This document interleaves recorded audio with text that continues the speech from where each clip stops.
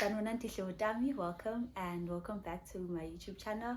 If you are new here, mine Ngiyabonga, and to those that are back, today's video is very specific and we'll just get to the point because we are talking about how I successfully appealed academic exclusion last year. On the 19th of December, I was going to Minky's party. I got an email that, girl, you're academically excluded. So if you are in that, currently, today is the 18th of December, but I'll release this video tomorrow. So if you are in a similar or the same situation, this is how I appealed. So I'll just explain how my letter was structured, and I'll read my letter to you guys to help. As I said also in my previous video where I was talking about how I actually got academically excluded, and now I will take you guys through the process of writing your appeal letter. In cases where you got, I think it's MRNX,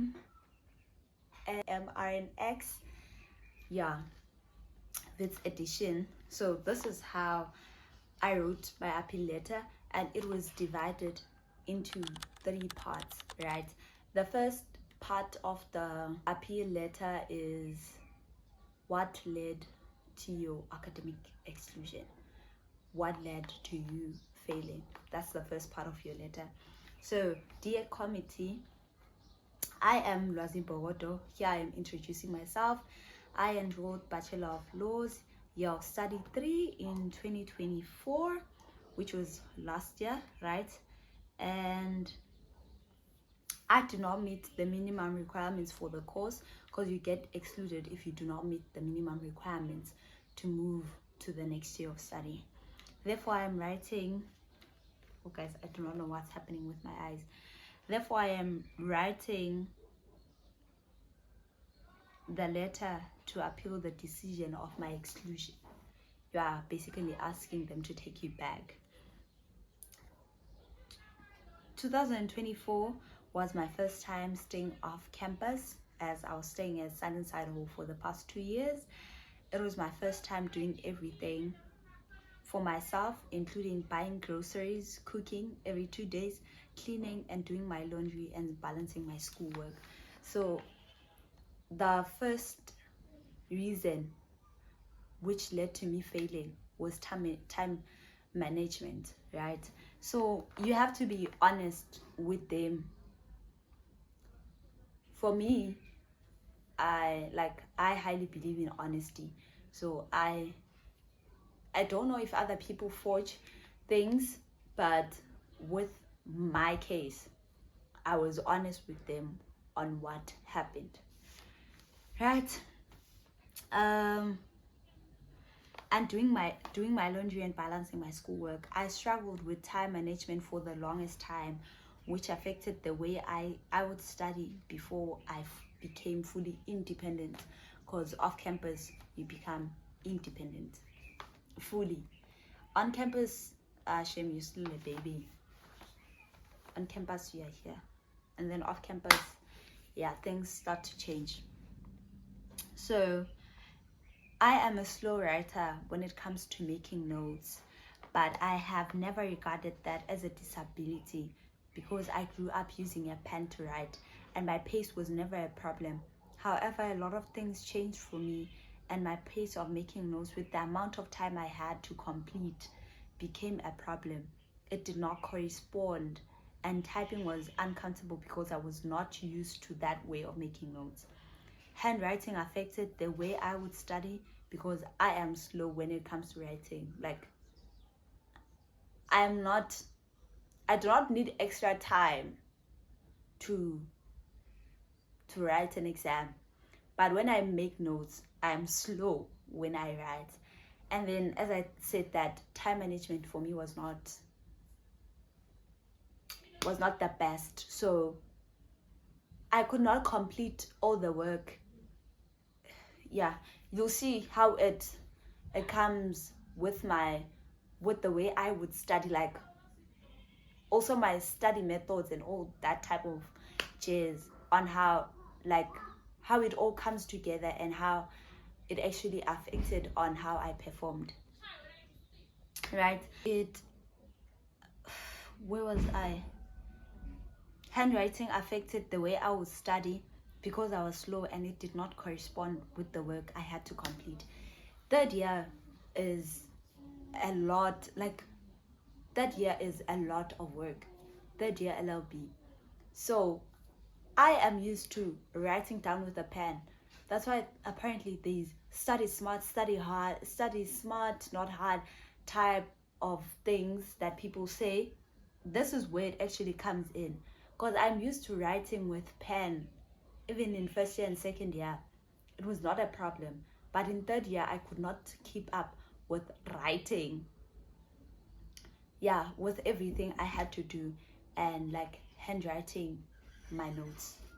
Okay, now as we continue, this was something additional which happened towards, I think this was after I came back, Joburg things. In July 2024, the city of Johannesburg had electricity shortage for close or over 2 weeks, which led to me not consistently going to classes for that period. And that is a valid reason, because I was not present in classes, meaning I was missing out on content.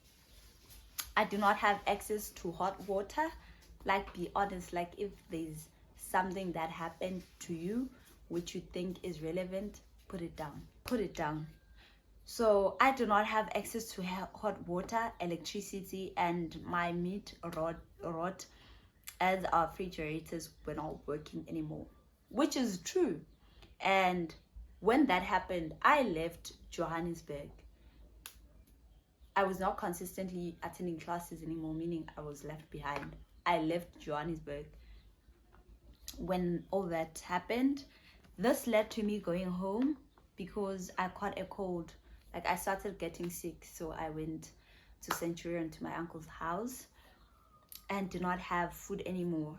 I could not buy groceries if there's no electricity, there's no fridge. I just left Joburg at that period.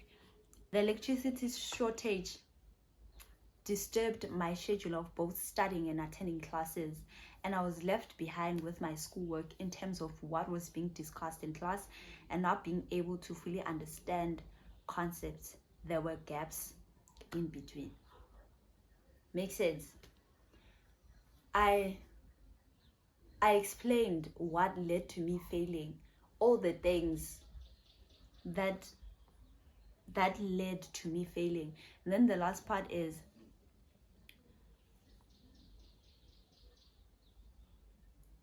when my way of, okay, now this is the second part of the letter. When my way of studying started not being effective anymore, my marks dropping, my self-esteem and self-confidence dropped. Failing sucks. Ew. Yeah, I'm sorry that you are watching this and you are in that situation. I was in that situation as well. Excuse me. And I would like to say that it will all come to pass. I struggled to be confident with what I do anymore. I started doubting everything because I think, okay, that's the second part of the letter, something that I will bring up now. When I saw that I was not fully present anymore, right, I tried to do the work on my own and I tried to consult, but it was not coming together. And when I kept on failing, when I was even trying, oh shame, my self-esteem and self-confidence, it dropped. I did not know what was now right, what was wrong. So I had to put that down. And my mental health, I struggled to be confident in what I do. I started doubting everything, whether I understand the work and if I can do it. And the doubt actually affected my approach to the work given or structuring answers for my tutorials, tests, and exams. Be honest about what happened to you. when I was writing this letter, I was reflecting what happened to me and how I felt about the whole thing. Now there's the second part of the letter, right? They want to know, what is it that you did when you saw that you were failing, right? Second part of the letter. Okay, others, like if you were sick, did you go to the doctor? Like, were you seeking for help, like to, what's this, to maybe to stop you from failing, or for you to fail better, or just getting a 50? Like, is there something you really try to do to avoid failing? Now, I would pass by CCDU stores for pamphlets at the library lawns, and one day I took a bold decision to make it for my first counseling. It was bad. I remember I was crying, and we were coming from writing a test with Katlego, and I think we went to take papers or scripts, and like in my mind I even said to her that, oh, I think I wrote well and I got my marks. It was not what I expected.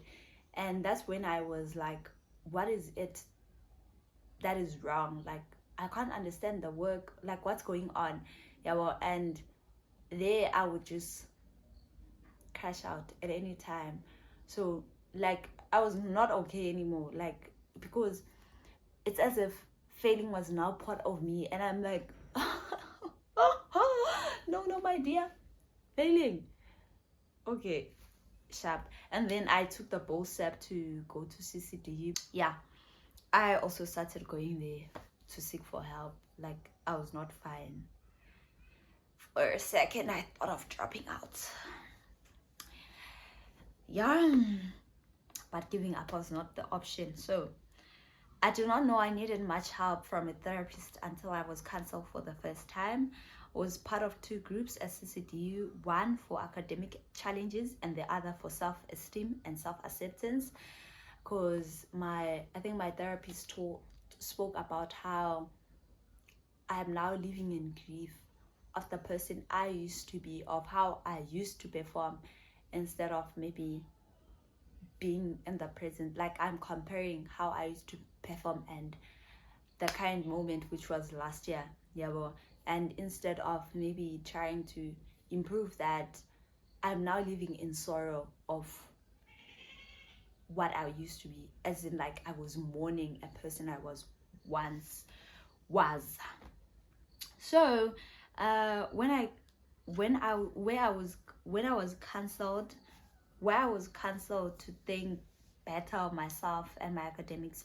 So I did not give up, because giving up on my dreams is not an option.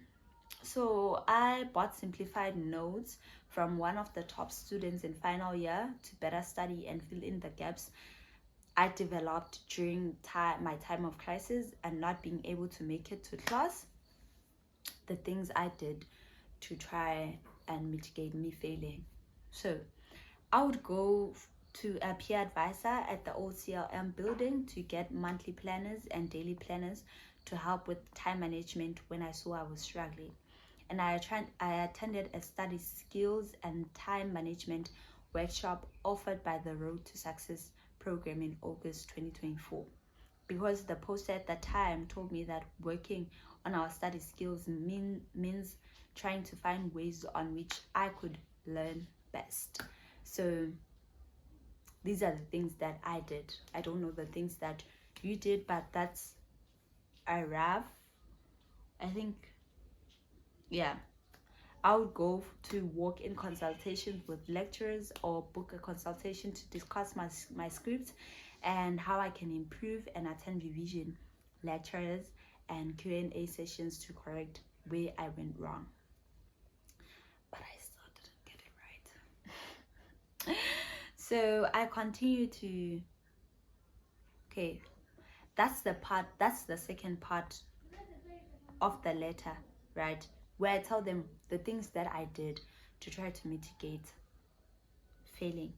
Now the third part is, what is it that you will do if you get readmitted? What will you do different? Do you have funding for the next year if we readmit you? Type of things. So now this is the third part. I continue to seek study strategies that will be more effective as required by the institution, so I achieve academic success, and I continue to seek ways in which I become faster in writing while I study. Instead of, I have to keep up, guys. I had to keep up with new ways of studying, because pen and paper was not as effective. Like, with the time and the amount of workload I had to do, it was not corresponding. So I had to find better ways on how I will study, right? Sharp. So I told them about that. See, I will have to work on this. And then I am now aware of time management for a student who stays off campus, who must get all things done by herself. And going forward, I will get time management planners as early as possible. So attending the RSP program tutorials this year, because I started early, I was able to do better than last year when I was not. Before, like, because I started asking for help late, second semester, but first semester also those marks count, and like the way I failed, I needed a few percent to pass. To get 50%, I needed few marks, like few percentage. That's how I can put it. So if I asked for help earlier, I would have passed everything, because all the modules I have failed are within the same range of failing. So need to apply. I continue to seek and apply for bursaries to fund my studies. They have to know, how will you find your studies if we get admitted? And I am still within my N+1 for NSFAS, right? And another thing is that they want, okay, now this is a me thing, they want a motivation on why you want to continue to pursue the degree. I think that's the last part. Sorry, I said 3, but it's actually 4. Be brutally honest about it. If you have to break generational curses, you have to be the first graduate in your family. Be honest about it. This is how your letter is supposed to go, and you have to attach the proof of all the claims that you make. We are law students, right? I don't know which faculty or which course you are doing, but in law we believe in evidence. You have to submit proof of the things that you are claiming. With me, I submitted proof of all these claims that I have here. I had proof, and I attached all the proof of all the claims that I put in, and that is how my appeal for academic exclusion last year was successful. The best with appealing your case, and may the good and gracious God go before you, and all the best. If you need help or you have questions, you can put them down on the comment section. And another thing you can do is to contact various structures within the institution that really help. I think this was my first letter, and I think there's another draft that was modified, like to make this shorter before I submitted it, so it could be 2 pages, because I'm seeing this is longer, but what I submitted was like 1.5 pages of me actually telling them. So if you know various people, there are different structures within the institution that can actually help you with that. There are political parties. Those people will really help you, and also your school council, they will really come in handy. So don't isolate yourself and want to go through the process of appealing alone. They are people that helped me, and that is why my letter was better structured, because of people who have experience in actually helping people with academic exclusion issues. So please make sure to ask for help if necessary. I believe help is necessary. So if you are in the situation, please make sure to ask for help, and all the best with your appeal, and may all go well. Ngiyabonga.